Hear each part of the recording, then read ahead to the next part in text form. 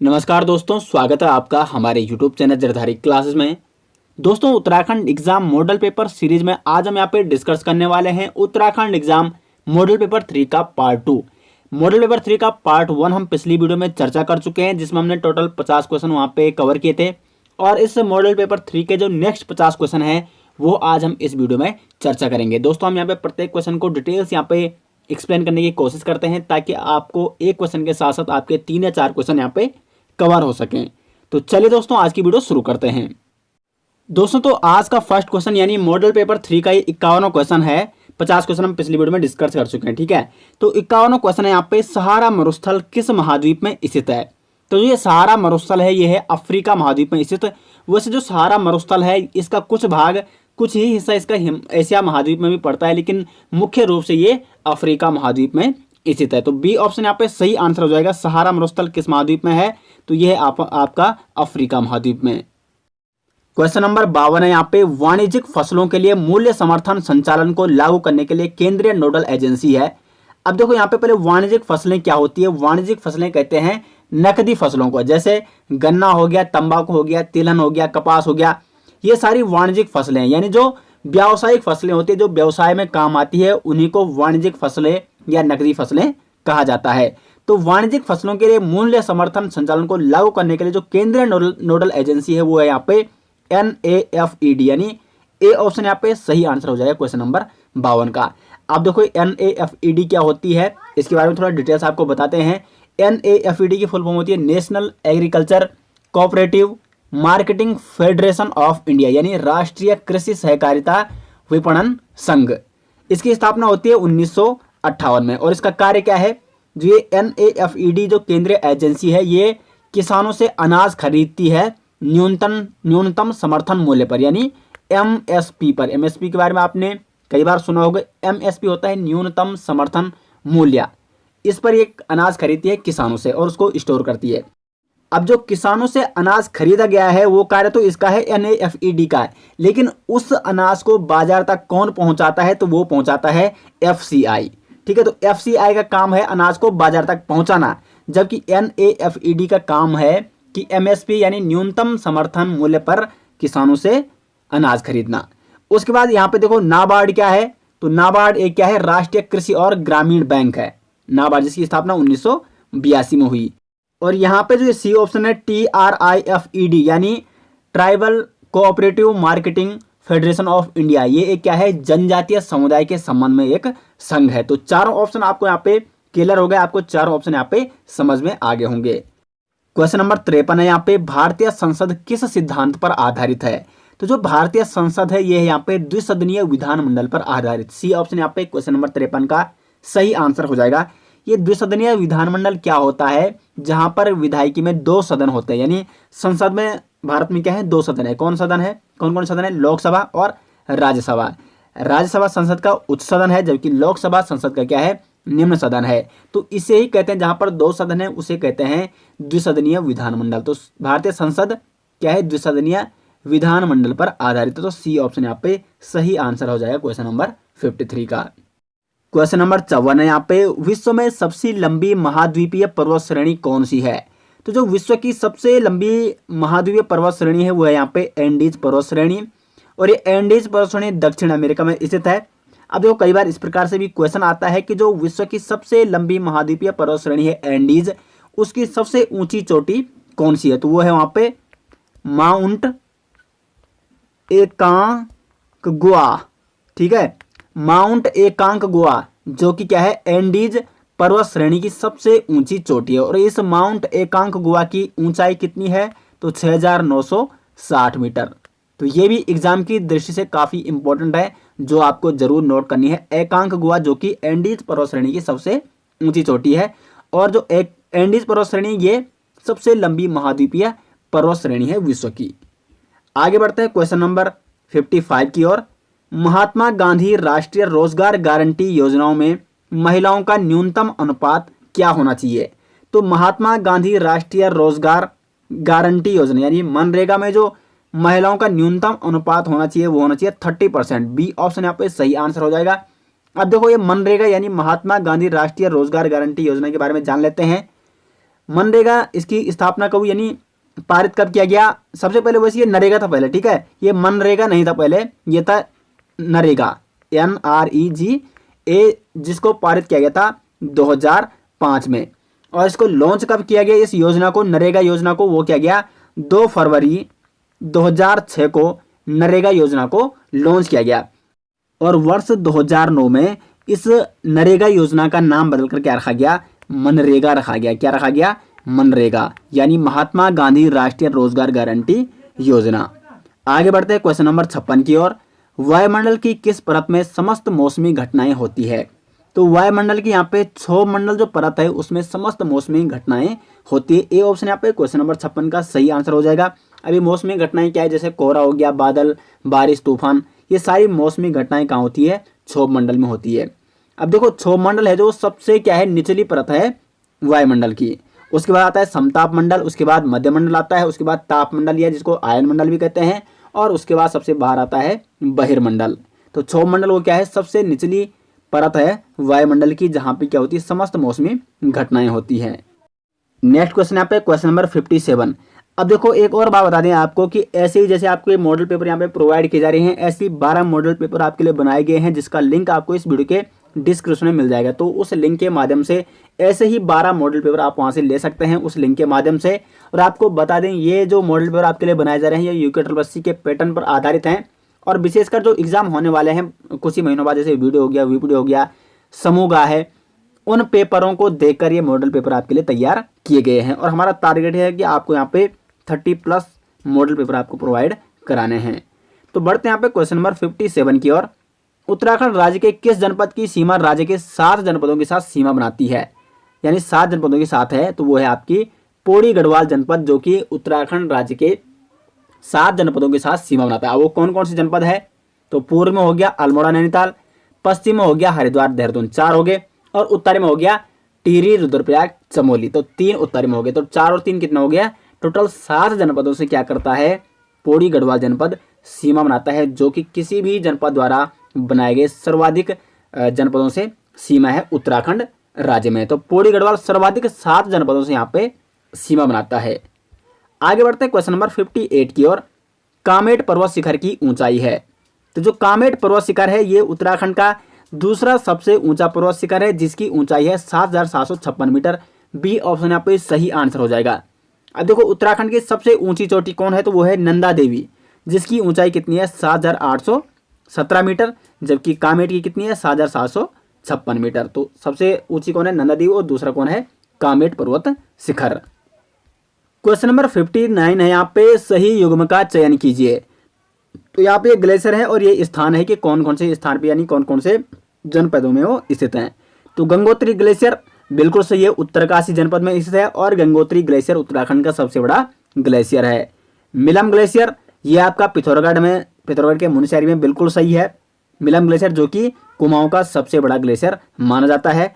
और संतोपत ग्लेशियर ये बिल्कुल सही है, चमोली जनपद में स्थित है। तो तीनों यहाँ पे क्या है, जो युग्म है वो बिल्कुल सही है। तो डी ऑप्शन यहाँ पे सही आंसर हो जाएगा। उपरोक्त तो सभी युग्म क्या है? सम्मिलित हैं। तो डी ऑप्शन क्वेश्चन नंबर 59 का सही आंसर है। क्वेश्चन नंबर 60 है, यहाँ पे 1990 में उत्तर प्रदेश विधानसभा में पहली बार पृथक राज्य का प्रस्ताव रखा। तो किसने रखा था 1990 में उत्तर प्रदेश विधानसभा में पहली बार पृथक राज्य का प्रस्ताव? तो ये रखा था जसवंत सिंह बिष्ट ने। ए ऑप्शन यहाँ पे सही आंसर हो जाएगा क्वेश्चन नंबर 60 का। क्वेश्चन नंबर 61 है, यहाँ पे सुमन स्मृति ग्रंथ किताब किसके द्वारा लिखी गई है? तो यहाँ पे डॉक्टर भक्त दर्शन द्वारा लिखी गई है सुमन स्मृति ग्रंथ किताब। अब देखो, यहाँ पे डॉक्टर भक्त दर्शन की एक और अन्य किताब के बारे में पूछ जाता है, गढ़वाल की दिवंगत विभूतियां। ये किसकी किताब है? तो ये भी आपकी डॉक्टर भक्त दर्शन की किताब है, गढ़वाल की दिवंगत विभूतियां। तो ये भी आपको जरूर नोट करनी है, कई बार एग्जाम में पूछी गई है। क्वेश्चन नंबर 62 है, यहाँ पे रियासत टिहरी गढ़वाल समाचार पत्र किस प्रकार का पत्र था? तो ये था एक पाक्षिक समाचार पत्र, रियासत टिहरी गढ़वाल समाचार पत्र, जिसको किसने निकाला था? तत्कालीन जो राजा थे कीर्ति शाह पंवार टिहरी रियासत के, उन्होंने इसको टिहरी रियासत नामक प्रिंटिंग प्रेस से निकाला था, जो एक पाक्षिक समाचार पत्र था। और यह पत्र टिहरी रियासत के नियम कानूनों की सूचना प्रकाशित करता था। क्वेश्चन नंबर 62 है, यहाँ पे राजी जनजाति के लोग किस जनपद में निवास करते हैं? तो जो मैक्सिमम % है उत्तराखंड में राजी जनजाति का, वो निवास करते हैं पिथौरागढ़ जनपद में। राजी जनजाति, इसको उत्तराखंड में बनरोत, बनावत या जंगल के राजा के नाम से भी इनको जाना जाता है, राजी जनजाति को उत्तराखंड में। क्वेश्चन नंबर 64 है यहाँ पे, अपनी ताम्र मुद्रा चलाने वाला प्रथम परमार शासक कौन था? तो यहाँ पे जो लखन देव, जो कि परमार वंश का 28वां शासक था, ये इसने चलाई थी प्रथम बार ताम्र मुद्रा, जिसको कहा जाता है अपनी ताम्र मुद्रा चलाने वाला प्रथम परमार शासक। और इसको क्या कहा जाता है? इसको परमार वंश यानी पंवार वंश का प्रथम स्वतंत्र शासक भी कहा जाता है, क्योंकि इसने अपने ताम्र मुद्राएं पहली बार चलाई थी। और इसकी राजधानी कहाँ थी? भिलंग घाटी, क्योंकि इससे पहले का जो 24वां राजा हो गया था सोनपाल, उसने राजधानी कहाँ स्थानांतरित की? भिलंग घाटी स्थानांतरित की। जबकि बाद में फिर से चांदपुरगढ़ और बाद में खैर अजयपाल ने वो श्रीनगर स्थानांतरित की। वो तो खैर आपको पंवार वंश में डिटेल्स में बताया गया है। तो अपनी ताम्र मुद्रा चलाने वाला प्रथम परमार शासक कौन था? यहाँ पे लखनदेव। ए ऑप्शन यहाँ पे क्वेश्चन नंबर 64 का सही आंसर हो जाएगा। क्वेश्चन नंबर 65 है यहाँ पे, स्थानीय बोली में थारू परिवार जाना जाता है। तो स्थानीय बोली में थारू परिवार को क्या कहा जाता है? संघ कहा जाता है। डी ऑप्शन यहाँ पे क्वेश्चन नंबर 65 का सही आंसर हो जाएगा। अब देखो यहाँ पे ऑप्शन आप देख सकते हो, रोतुड़ा। रोतुड़ा किसे कहते हैं? तो यह है आवास स्थल। किसका? किस जनजाति का आवास स्थल है? राजी जनजाति का आवास स्थल कहा जाता है रोतुड़ा। और यहाँ पे जो रोम्बा है, ये क्या है? भाषा है। और ये किसकी भाषा है? तो जाड़ भोटिया जो जनजाति है, जो कि उत्तरकाशी जनपद में पाई जाती है, जाड़ भोटिया जनजाति, उनकी भाषा क्या है? रोम्बा है। क्वेश्चन नंबर 66 है यहाँ पे, अल्मोड़ा में रामशिला मंदिर की स्थापना किस चंद्र शासक ने की? तो जो अल्मोड़ा का रामशिला मंदिर है, इसकी स्थापना की चंद्र शासक रुद्रचंद ने। डी ऑप्शन यहाँ पे क्वेश्चन नंबर 66 का सही आंसर हो जाएगा। क्वेश्चन नंबर 67 है यहाँ पे, सोमचंद के आगमन के समय कुमाऊं में निम्न में से किस नरेश का आधिपत्य था? तो जब सोमचंद यहाँ पे आया था कुमाऊं में, तो उस समय यहाँ पर ब्रह्मदेव का अधिपति था। बी ऑप्शन यहाँ पे सही आंसर हो जाएगा, जिसको माना जाता है कि कत्यूरी वंश का ये अंतिम शासक था। और सोमचंद ने ब्रह्मदेव की जो एकमात्र कन्या थी चंपा, उससे विवाह किया और उसके नाम पर चंपावती नदी के किनारे अपना एक नगर बनाया, जिसका नाम चंपावत पड़ा। तो वहां पे चंपावत में राजबुंगा किले का निर्माण भी किसने कराया? फिर सोमचंद ने कराया, जिसको चंद वंश का क्या माना जाता है? संस्थापक माना जाता है। अब देखो, सोमचंद के आने पर कई इतिहासकारों के अलग अलग मत हैं, तो इतिहास काफी कंफ्यूजिंग है उत्तराखंड का। कुछ इतिहासकार मानते हैं कि जो ये सोमचंद ये 700 से 721 ईस्वी में आया। कुछ मानते हैं कि ये 1216 के आसपास आया, 1200 या 12वीं शताब्दी के आसपास आए। तो अलग अलग कन्फ्यूजन है इसमें, आपको जानने के वो कब आया। लेकिन ये आयोग ने कई बार क्वेश्चन पूछा है और इसमें ब्रह्मदेव को ही बताया गया है कि जब सोमचंद यहाँ पे आगमन किया सोमचंद ने, तो उस समय जो कुमाऊं का क्षेत्र है वहाँ का शासक कौन था? ब्रह्मदेव था। तो बी ऑप्शन यहाँ पे क्वेश्चन नंबर 67 का सही आंसर हो जाएगा। क्वेश्चन नंबर 68 है यहाँ पे, 12 आना बीसी भूमि व्यवस्था किसने लागू की? तो जो 12 आना बीसी भूमि व्यवस्था है, ये की लागू हेनरी रैमजे ने। कब की? 1861 में। अब देखो, जो हेनरी रैमजे है, इसको कहा जाता है कुमाऊं का बेताज बादशाह के नाम से भी इसको जाना जाता है, क्योंकि ये सबसे लोकप्रिय जो कमिश्नर है, ब्रिटिश कमिश्नर, इसी को माना जाता है हेनरी रैमजे को। 1861 में इसने क्या किया? 12 आना बीसी भूमि व्यवस्था लागू की। तो बी ऑप्शन यहाँ पे क्वेश्चन नंबर 68 का सही आंसर हो जाएगा। क्वेश्चन नंबर 69 है यहाँ पे, मसूरी स्टेशन लाइब्रेरी की स्थापना कब की गई? तो जो मसूरी स्टेशन लाइब्रेरी है, उसकी स्थापना हुई 1843 में। इससे पहले 1842 में यहाँ पे मसूरी नगर पालिका का गठन किया गया, और उसके बाद यहाँ पे मसूरी में पुस्तकालय समिति का गठन किया गया 1843 में। और उसके बाद 1843 में ही यहाँ पे क्या बनी?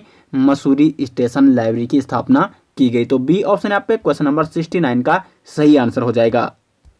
क्वेश्चन नंबर 70 है यहाँ पे, निम्नलिखित पासों में से कौन से पास से, देखो पास का मतलब यहाँ पे दर्रा है, ठीक है, तो कौन से दर्रे से मानसरोवर धर्मार्थी गुजरते हैं? तो जो मानसरोवर यात्री है वो गुजरते हैं यहाँ पे लिपुलेख पास, यानी लिपुलेख दर्रे से। अब ये लिपुलेख दर्रा कहाँ स्थित है? तो यह है आपका पिथौरागढ़ और तिब्बत के बीच में स्थित है आपका लिपुलेख दर्रा। अब जो ये कैलाश पर्वत है, ये आपका कहाँ स्थित? ये तिब्बत में स्थित है। तो इसलिए पिथौरागढ़ से तिब्बत के बीच कौन सा दर्रा है? लिपुलेख दर्रा है। तो पिथौरागढ़ से तिब्बत के बीच जाने के लिए किस दर्रे का इस्तेमाल किया जाता है? लिपुलेख दर्रे का इस्तेमाल किया जाता है। तो जो मानसरोवर यात्री है वो लिपुलेख दर्रे से ही गुजरते हैं। तो बी ऑप्शन यहाँ पे क्वेश्चन नंबर 70 का सही आंसर हो जाएगा। क्वेश्चन नंबर 71 है यहाँ पे, वह कौन सा शासक था जिसने बैजनाथ मंदिर के निर्माण में सहयोग किया? देखो, जो ये बैजनाथ मंदिर ये बागेश्वर के गरुड़ तहसील में स्थित है, और यहाँ पे गोमती नदी और गरुड़ नदी का संगम होता है। तो गोमती और गरुड़ नदी का संगम कहाँ पे होता है? जहाँ पे बैजनाथ मंदिर स्थित है। और ये जो बैजनाथ मंदिर है इसके निर्माण में सहयोग किसने किया था? तो भूदेव ने। बी ऑप्शन यहाँ पे सही आंसर हो जाएगा क्वेश्चन नंबर 71 का। भूदेव जो कि निम्बर वंश का शासक था, इसने बैजनाथ मंदिर के निर्माण में सहयोग किया था। क्वेश्चन नंबर 72 है, यहाँ पे परिमार्जन नेगी प्रसिद्ध खिलाड़ी हैं। तो परिमार्जन नेगी जो कि उत्तराखंड के एक प्रसिद्ध खिलाड़ी हैं और ये किस खेल से संबंधित है? तो यह है शतरंज। तो शतरंज के प्रसिद्ध खिलाड़ी हैं परिमार्जन नेगी, जिनका जन्म 9 फरवरी 1993 को हुआ था। और ये भारत के सबसे कम उम्र के ग्रैंड मास्टर खिताब जीतने वाले खिलाड़ी हैं परिमार्जन नेगी। और 2010 को इनको अर्जुन पुरस्कार से भी सम्मानित किया गया। परिमार्जन नेगी को कब किया गया? 2010 में। क्वेश्चन नंबर 73 है, यहाँ पे निम्न में से उत्तरकाशी में कौन सा सूर्य मंदिर है? तो देखो इनमें से जो ये 4 ऑप्शन है, इनमें जो मंजियाली का सूर्य मंदिर है ये आपका उत्तरकाशी जनपद में स्थित है। अब देखो अन्य जो सूर्य मंदिर है कहाँ कहाँ है? तो जो कुलसारी का सूर्य मंदिर है ये आपका कहाँ से? चमोली में स्थित है। और जो पलेठी का सूर्य मंदिर है ये हिंडोला खाल टिहरी गढ़वाल टिहरी जनपद में स्थित है। और रमकादित्य का सूर्य मंदिर ये आपका चंपावत में स्थित है। और मंजियाली का सूर्य मंदिर ये आपका कहाँ हो गया? उत्तरकाशी जनपद में हो गया। तो चारों सूर्य मंदिर आपको पता चल गया यहाँ पे कि कौन से जनपद में ये स्थित है। क्वेश्चन नंबर 74 है, यहाँ पे काशीपुर में बाला सुंदरी देवी के मंदिर पर कौन सा मेला लगता है? तो काशीपुर का है? उधम सिंह नगर में स्थित है। तो उधम सिंह नगर के काशीपुर के बाला सुंदरी देवी में लगता है यहाँ पे चैती मेला। सी ऑप्शन यहाँ पे सही आंसर हो जाएगा, जो कि चैत्र मास में लगता है। तो 74 का सी ऑप्शन राइट आंसर है। क्वेश्चन नंबर 75 है, यहाँ पे उत्तराखंड के निम्न जनपदों को उनकी साक्षरता प्रतिशत 2011 के अनुसार आरोही क्रम में व्यवस्थित करें। यानी यहाँ पे आपको बढ़ते क्रम में 4 जनपद यहाँ पे दिए गए हैं। तो बढ़ते क्रम में यहाँ पे आपको दिखाना है कि किसकी साक्षरता प्रतिशत 2011 जनगणना के अनुसार किसकी बढ़ रही है। ठीक है, तो सबसे कम देखो 4 जनपद कौन कौन से? उत्तरकाशी, टिहरी है, बागेश्वर और हरिद्वार। तो सबसे कम आपको पता है कि इन 4 जनपद में हरिद्वार की कितनी है? यहाँ पे 73.43% साक्षरता दर है हरिद्वार की। तो सबसे कम हरिद्वार की होगी, सबसे पहले आ जाएगा हरिद्वार। तो यहाँ पे देखो बी ऑप्शन में क्या है? हरिद्वार सबसे पहले। तो बिल्कुल बी ऑप्शन यहाँ पे राइट आंसर है। उसके बाद उत्तरकाशी है जिसकी है 75.81%। टिहरी गढ़वाल के यहाँ पे 76.36% और सबसे ज्यादा है बागेश्वर जनपद के 80.01% इन ऑप्शन में। ठीक है, वैसे अगर सबसे ज्यादा साक्षरता दर की बात की जाए तो सबसे ज्यादा है देहरादून की है 84.25% और सबसे कम किसकी है? तो USN यानी उधम सिंह नगर की है 73.10%। तो इन 4 ऑप्शन यहाँ पे बी ऑप्शन सही आंसर हो जाएगा। सबसे कम हरिद्वार की है, उसके बाद उत्तरकाशी के बढ़ते क्रम में, उससे ज्यादा है टिहरी गढ़वाल की और सबसे ज्यादा किसकी है? बागेश्वर जनपद की है। तो बी ऑप्शन सही आंसर हो जाएगा क्वेश्चन नंबर 75 का। क्वेश्चन नंबर 76 है, यहाँ पे उत्तराखंड कितना सच कितना छल नामक प्रसिद्ध रचना किसकी है? तो जो ये प्रसिद्ध रचना है उत्तराखंड कितना सच और कितना छल, ये है सुरेंद्र पांगती की। डी ऑप्शन यहाँ पे 76 का सही आंसर हो जाएगा। क्वेश्चन नंबर 77 है, यहाँ पे टिहरी बांध परियोजना से बिजली उत्पादन प्रारंभ हुआ। तो कब हुआ टिहरी बांध परियोजना से बिजली उत्पादन? ये हुआ 2006 में। 30 जुलाई 2006 को टिहरी बांध परियोजना में बिजली उत्पादन शुरू होने लगे थे। इससे पहले अक्टूबर 2005 में जो टिहरी बांध की जो अंतिम सुरंग थी उसको बंद कर दिया गया और उसके बाद जुलाई 2006 को टिहरी बांध परियोजना से बिजली उत्पादन शुरू होने लगे। अब देखो जो ये टिहरी बांध परियोजना 3 फेज में है। फेज 1 जो कि 1000 मेगावाट की है, यह आपकी टिहरी बांध जल विद्युत परियोजना।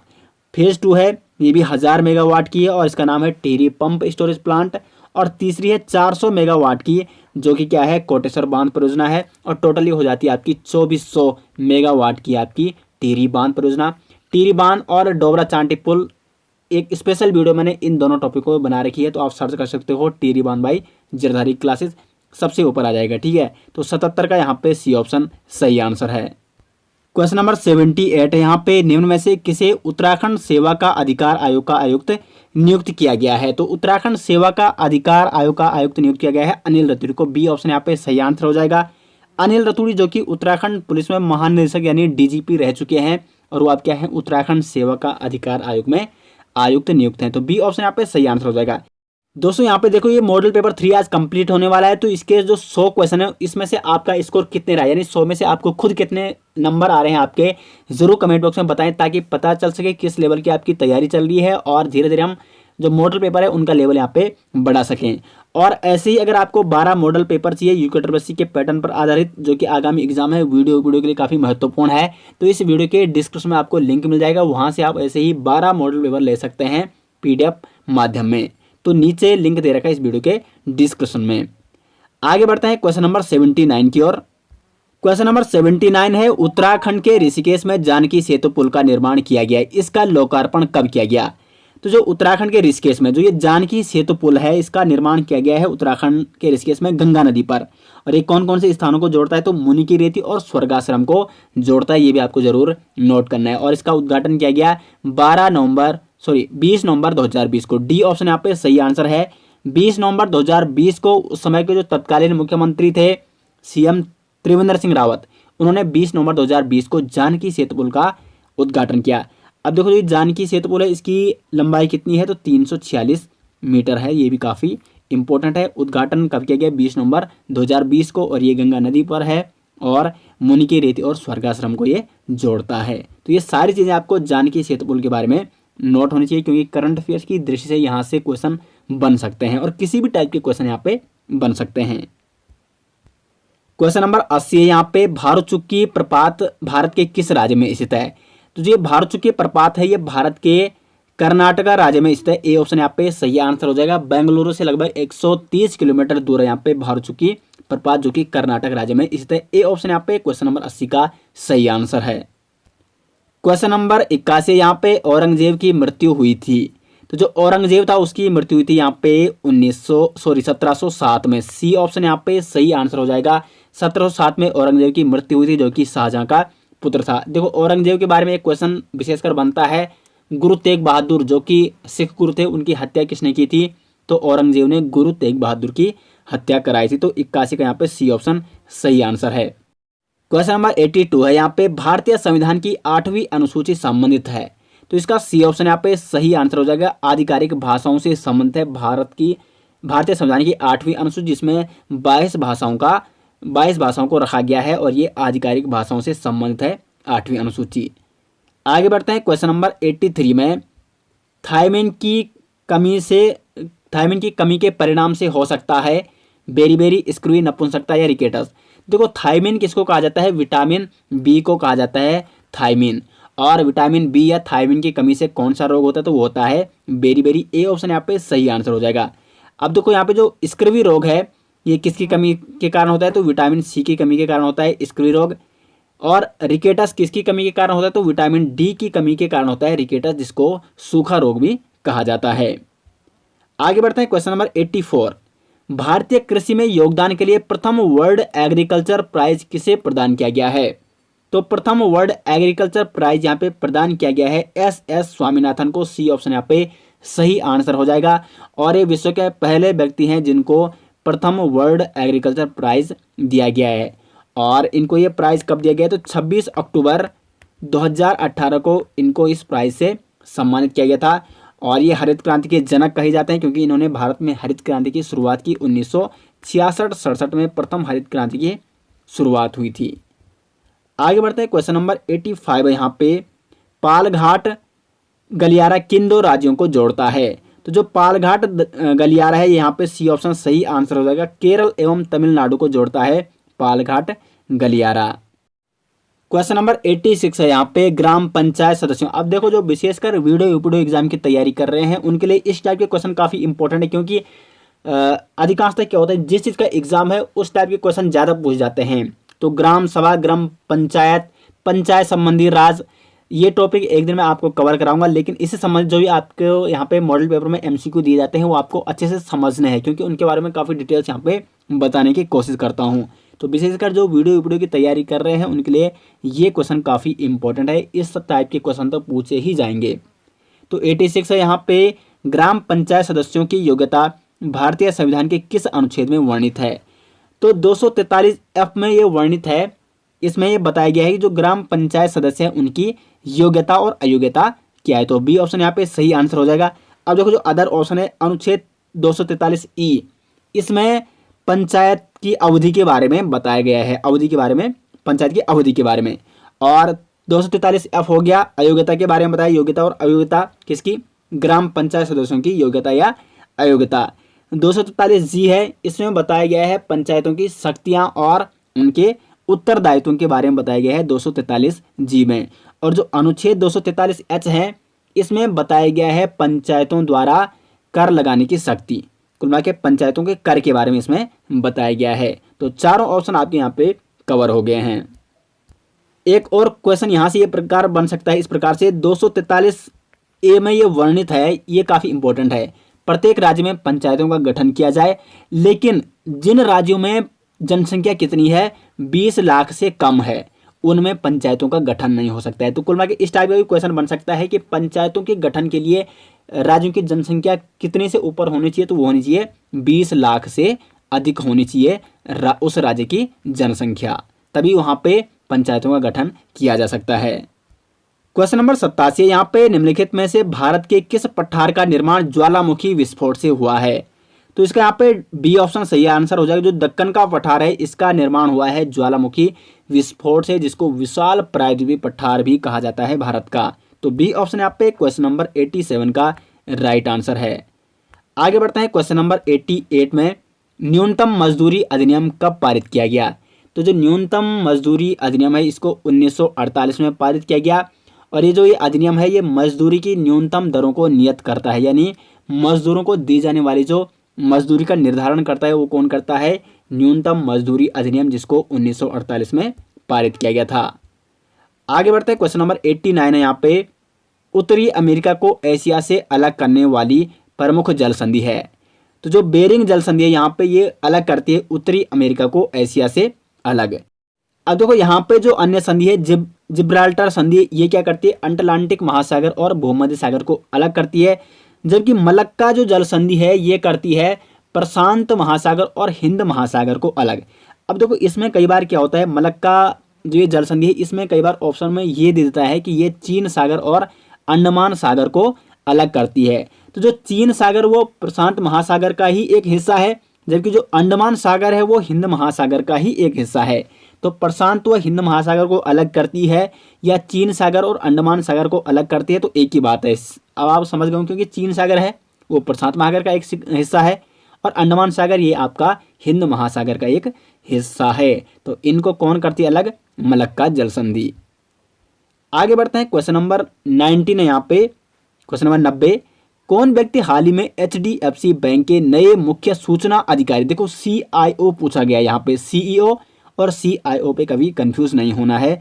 यहाँ पे पूछा गया है नए मुख्य सूचना अधिकारी। तो HDFC बैंक के जो CIO यानी नए मुख्य सूचना अधिकारी है, वो है यहाँ पे रमेश लक्ष्मी नारायण। डी ऑप्शन यहाँ पे सही आंसर है। और HDFC के जो वर्तमान में CEO यानी मुख्य कार्यकारी अधिकारी हैं, वो है शशिधर जगदीशन। कौन है? शशिधर जगदीशन CEO है, जबकि CIO कौन है? रमेश लक्ष्मी नारायण। आगे बढ़ते हैं क्वेश्चन नंबर 91 में, किस राज्य की सरकार ने हाल ही में भूमि और संपत्ति पंजीकरण के लिए धरणी पोर्टल लॉन्च किया है? तो तेलंगाना राज्य की सरकार ने यहाँ पे धरणी पोर्टल लॉन्च किया है। और ये धरणी पोर्टल किस संबंध में है? तो भूमि व संपत्ति के पंजीकरण के लिए तेलंगाना सरकार ने धरणी पोर्टल को लॉन्च किया है। बी ऑप्शन सही आंसर हो जाएगा क्वेश्चन नंबर 91 का। क्वेश्चन नंबर 92 है यहाँ पे, अंतर्राष्ट्रीय दिव्यांगजन दिवस कब मनाया जाता है? तो ए ऑप्शन यहाँ पे सही आंसर है। 3 दिसंबर को मनाया जाता है अंतर्राष्ट्रीय दिव्यांगजन दिवस, जिसका उद्देश्य है दिव्यांगों के प्रति लोगों के व्यवहार में बदलाव लाना। तो ए ऑप्शन यहाँ पे 92 का सही आंसर हो जाएगा। आगे बढ़ते हैं क्वेश्चन नंबर 93 में, किसे साहित्य के क्षेत्र में वर्ष 2020 का नोबेल प्राइज मिला है? तो लुइस गिल्क। डी ऑप्शन यहाँ पे सही आंसर हो जाएगा। लुइस गिल्क यहाँ पे जो कि अमेरिकी कवयित्री हैं, इनको वर्ष 2020 के लिए साहित्य के क्षेत्र में नोबेल प्राइज से सम्मानित किया गया। आगे बढ़ते हैं क्वेश्चन नंबर 94 है यहाँ पे, निम्न आकृति में लुप्त संख्या क्या है? तो यहाँ पे आपको बताना है कि यहाँ पे क्या होगी। तो पहले आपको इनमें संबंध देखना है, इसमें संबंध देखना, तब जाके ये आंसर निकलेगा। तो देखो यहाँ पे इनमें संबंध क्या है। देखो 2 है यहाँ पे, तो 2 का स्क्वायर करो, प्लस करो यहाँ पे 4 है ना, तो 4 का स्क्वायर करो। अब इसका आंसर निकालो तो 2 दूना 4 हो जाएगा, प्लस 4 चौको 16 हो जाएगा। तो 16 4 20 आ रहा है। तो कुल मिला के यहाँ पे क्या हो रहा है, इसका स्क्वायर करना है, इसका स्क्वायर करना है, दोनों को जोड़ के ये आ रहा है। तो अब इसका भी स्क्वायर करो, 3 3 9 और इसका कर दो 9 9 81। तो 81 9 कितना हो जाएगा, 90 हो जाएगा। और इसका भी कर दो, एक कम एक हो जाएगा, 5 25 हो जाएगा। तो 25 और 1 26 हो जाएगा। तो इसका आंसर क्या आ जाएगा, आपका 26 आंसर आ जाएगा। तो ए ऑप्शन सही आंसर हो जाएगा 94 का। अब देखो 95 है यहाँ पे। रजनीश अपने घर से निकलकर 100 मीटर पूर्व की ओर चलता है। माना ये दिशा पूर्व है, ठीक है, तो 100 मीटर चला ये पूर्व की ओर, ये पूर्व है। फिर ये क्या करता है, फिर ये दाएं मुड़ता है। तो इसका मुंह क्या है, सामने ना। अब ये दाएं किधर हो जाएगा, इसका इधर हो जाएगा। तो दाएं मुड़ गया ये, और ये किस ओर मुड़ा, भी दक्षिण की ओर मुड़ गया। अब ये दक्षिण की चल रहा है, ठीक है, दक्षिण की ओर। दाएं मुड़कर 35 मीटर चल गया ये, 35 मीटर। 35 मीटर चलने के बाद ये बाएं मुड़ जाता है। तो इसका बाएं किधर है, इधर है। तो अब मुड़ गया ये पूर्व की ओर। तो अब इस किस दिशा में, किस दिशा की ओर जा रहा है, तो ये जा रहा है आपका पूर्व दिशा की ही ओर जा रहा है। क्वेश्चन नंबर 96 है यहाँ पे। अगर 10 विद्यार्थियों का समूह आपस में हाथ मिलाता है तो हाथ मिलाने की कुल संख्या क्या होगी। देखो 10, ये सवाल आपको कैसे करना है, इसका एक फॉर्मूला होता है n into n minus 1 upon 2।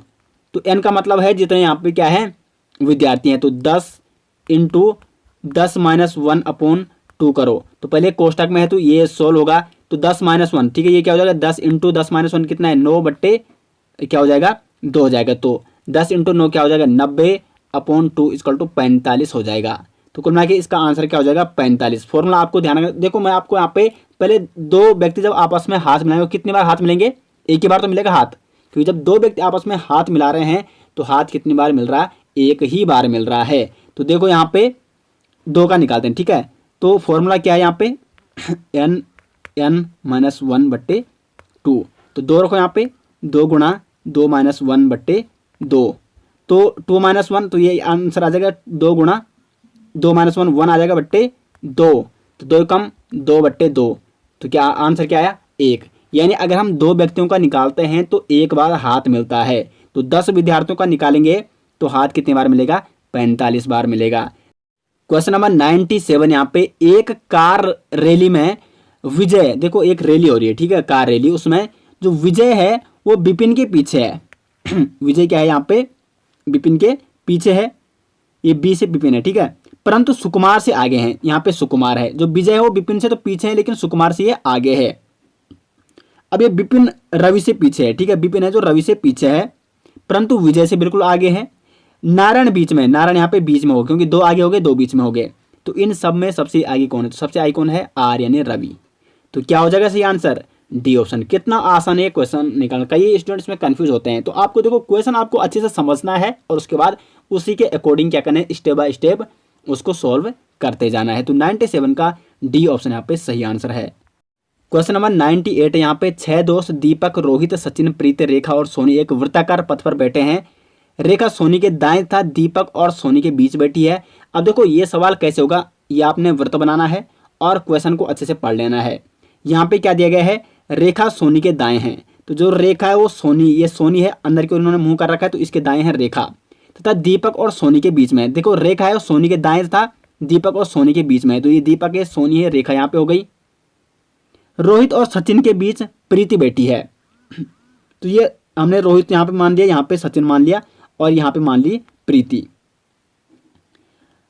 ठीक है। और दीपक और सचिन एक दूसरे के, देखो दीपक और सचिन एक दूसरे के बिल्कुल सामने आमने सामने बैठे हैं।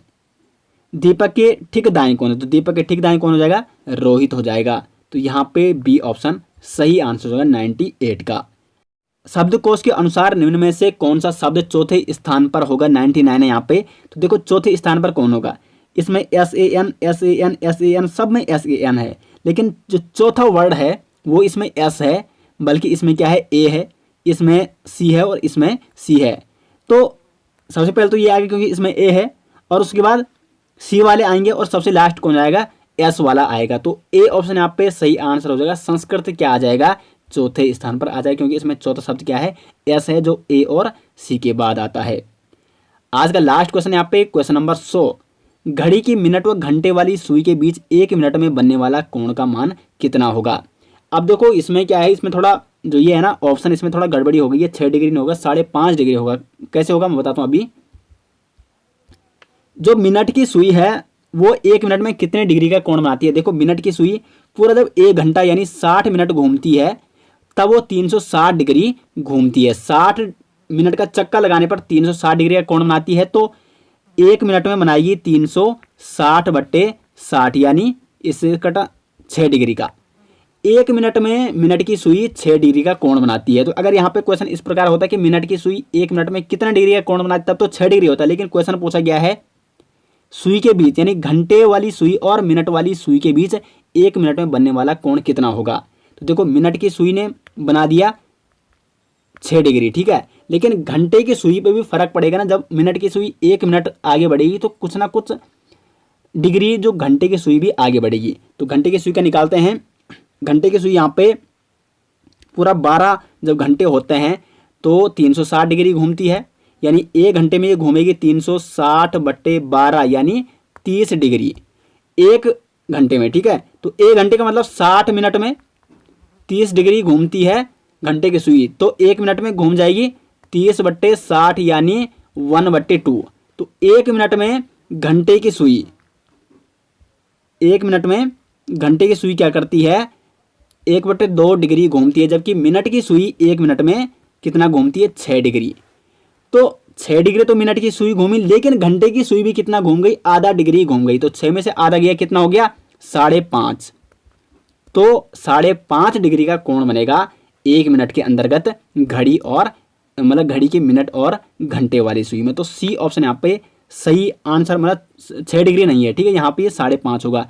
जिन्होंने वो वाली ई बुक ले ली जो 12 मॉडल पेपर है, तो उसमें सेट 3 में जिनका 6 डिग्री है वो सही कर लें, बाकी जो अदर हैं उनके लिए यहाँ पे कर दिया गया है जो अब लेंगे, ठीक है। तो अगर आपको 12 मॉडल पेपर चाहिए तो लिंक आपको इस वीडियो के डिस्क्रिप्शन में मिल जाएगा, वो 12 मॉडल पेपर वाली PDF। तो आप वहाँ पे प्रत्येक आपको मॉडल पेपर खुद सॉल्व करना है और आपको तैयारी कैसे चल रही है आपकी ये देखना है, क्योंकि वो मॉडल पेपर बनाए गए हैं UKSSC और UKPSC के पैटर्न पर आधारित, और मेन फोकस किस एग्जाम में रख के वीडियो और जो समूह का एग्जाम होने वाला है। तो दोस्तों ये टोटल 100 क्वेश्चन हो गए सेट 3 के यानी मॉडल पेपर 3 के, और इस मॉडल पेपर 3 के 100 में से आपके कितना स्कोर आपका हो रहा है, यानी कितने नंबर आपके आ रहे हैं, जरूर कमेंट बॉक्स में बताएं। और आपको ये सीरीज़ कैसी लग रही है, कितनी हेल्पफुल है, कमेंट बॉक्स में अपने राय ज़रूर दें। तो वीडियो अच्छी लगी तो वीडियो को लाइक और शेयर ज़रूर करें। मिलते हैं दोस्तों नेक्स्ट वीडियो, तब तक के लिए धन्यवाद।